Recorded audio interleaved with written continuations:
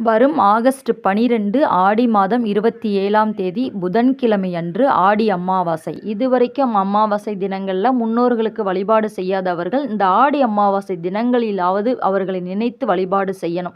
ஒரு வருடத்தில் 3 அமாவாசைகள் முக்கியமான அமாவாசைகள். ஆடி அமாவாசை, தை அமாவாசை, மகாலய அமாவாசை. இந்த 3 அமாவாசைகளிலும் முன்னோர்களை நினைத்து வழிபாடு செய்யணும். தவற விட்டுறவே கூடாதுங்க. முன்னோர்களின் ஆசி இருந்தால்தான் ஒரு குடும்பம் நல்ல செல்வ செழிப்பாக குலதெய்வத்தின் அருளை பெற்று முன்னேற முடியும். ஆடி அமாவாசை அன்று முன்னோர்களை வழிபட செய்யும் சமையல்ல இந்த 5 காய்கறிகள் சேர்த்து சமைக்கணும். பாகற்காய், பிரண்டை, பலாக்காய், வாழைக்காய், சேப்பக்கிழங்கு இந்த 5 வகையான காய்கறிகளையும் ஆடி அமாவாசை அன்று சமைக்கும் போது சேர்த்து சமைப்பது முன்னோர்களின் ஆசியை பெற்றுத்தரும்.